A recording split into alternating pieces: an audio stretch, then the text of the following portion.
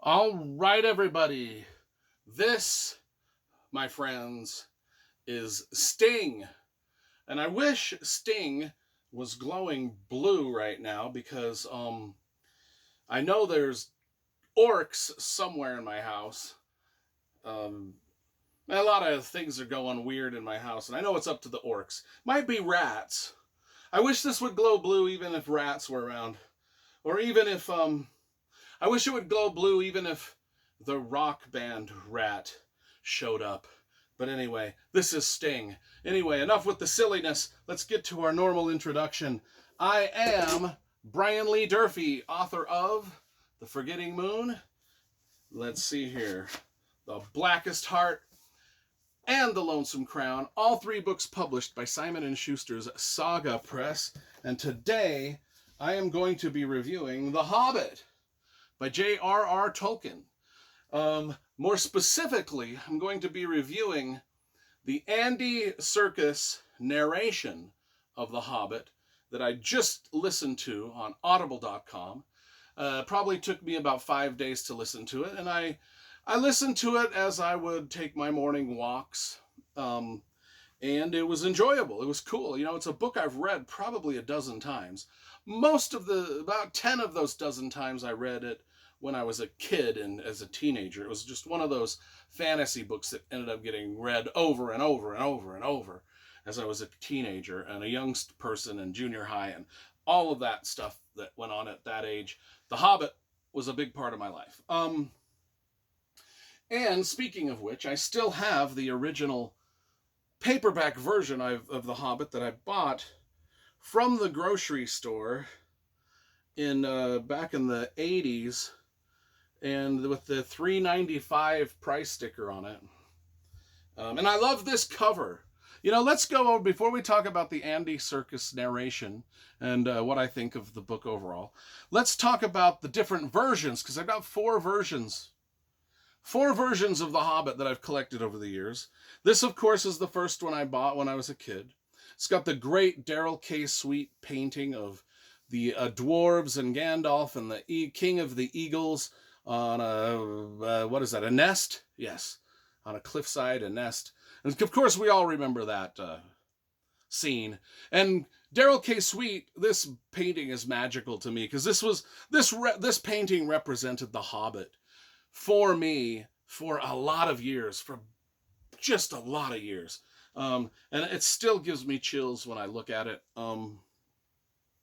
Just a dynamite painting. Now, Darrell K. Sweet was the the artist that did all the original Wheel of Time covers. I mean, he's done a lot of covers. And I just noticed that this says at the bottom, over 7 million copies sold.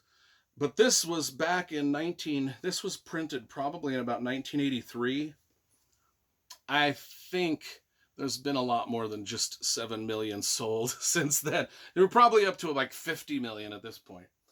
Okay, so then I've got this other copy that I bought probably in the late 90s or early 2000s, and it's got a nice painting by Alan Lee, and we know Alan Lee was the illustrator that worked on the Lord of the Rings movies with Peter Jackson.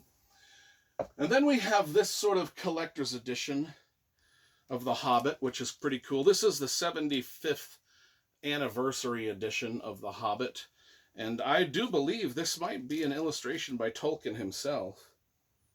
Yeah, the jacket illustration is by J.R.R. Tolkien himself, so that's dope.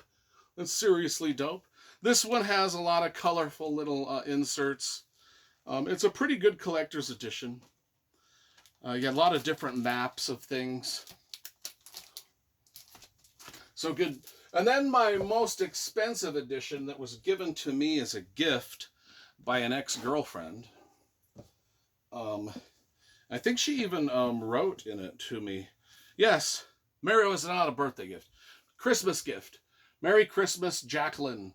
Yeah, whenever anyone ever gives me a book, I always have them open it up and I have them sign it, so I can remember who gave it to me and when. And so this was given to me by Jacqueline, an old girlfriend of mine, probably from 1999. That's how long ago that I knew Jacqueline. And so this is a book that It's got some illustrations in it also. And I think these illustrations might have been by Tolkien too, but I'm not sure. I didn't research that out. I didn't check. I didn't look it up. They look like something Tolkien would have drawn though. Have no idea. Have no idea. I could be giving credit to the wrong dude. But let's get to The Hobbit itself as a book and what it meant to me as a kid. It meant quite. I'm just going to leave this out of its cover. Okay, so what did it mean to me as a kid? Well, I just told you what it meant to me as a kid earlier in the video, so we'll skim over that. It was one of the books that formed who I was as a fantasy fan and even as a writer of my own books, along with The Lord of the Rings. Now, I did enjoy Lord of the Rings quite a bit more than The Hobbit, but I will tell you, there were parts of The Hobbit that I read when I was 12 and 13-year-olds that were absolutely gripping. You know, the riddle game, the journey through the tunnels, the journey through Mirkwood and the spiders and all of that stuff, going into Smaug's lair for the first time as Bilbo sees all that stuff filled my head with wonderment and magic when I was younger, and I was riveted to the page. Just absolutely cool. Now, the older I've gotten, the less I guess I've appreciated The Hobbit, and the more I've appreciated The Lord of the Rings. It's kind of, I think most people as they age tend to do what I did. You know, it's like The Hobbit sort of, we started to think of it as like a kid's book or something. I've been listening to a lot of the Audible books, and I listened to The Silmarillion recently, as it was narrated by Andy Serkis. And if you don't know who Andy Serkis is, he is the actor who played Gollum in the Lord of the Rings movies. He voiced Gollum. He voiced a lot of the characters in Lord of the Rings, actually. And he even helped direct some of the Hobbit movies. So he is an accomplished guy, very, very good with voices, and he added so much coolness to the Silmarillion narration that I'm like, I immediately bought everything off of Audible that Andy Serkis has narrated, and I immediately launched into The Hobbit, which he narrated, and again, his voice swept me away into The Hobbit once again, and it just took me back to that place when I was a kid, and it just filled me with wonder all over once again, because it's being read to me by a very talented narrator who's doing all the voices. He's the voice of Gollum. He's the voice of every singular dwarf in here. He gives every dwarf a different sort of accent and personality. He gives Gandalf, he makes Gandalf sound like Gandalf. The Hobbit sound like the Hobbit. Bilbo sounds like Bilbo. It is just absolutely great. And, you know, all of those areas in The Hobbit and The Lord of the Rings where the characters start singing or reciting poetry, when I would read that, I would skim through that. I just didn't give up. Now, when it is being told to you or sung to you by Andy Serkis, it is pure gold, pure magic. He takes the songs that are in this and the poetry that's in this, stuff that I usually just, even as a kid, just sort of rolled my eyes at and just skipped over. He really made those come to life, and I really started to pay attention to them a lot. In fact, started to look forward to them. Just his performance of these songs itself is worth the price of getting the Audible book. So I'm telling you, the Andy Serkis narration of this book, just like my experience with the Silmarillion, which, if you watched my review of that, you knew that the Silmarillion was hard for me to get through until I listened to the Andy Serkis narration. And then it became one of my favorite books, one of my favorite fantasy books of all time, just because of his narration. And his narration breathed new life into The Hobbit for me.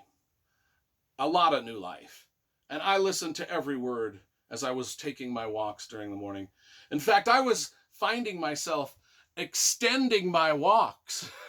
You know, usually I do about an hour, 15 minutes, an hour and a half. I was like actually walking further and longer just so I could keep the story going. 10 out of 10.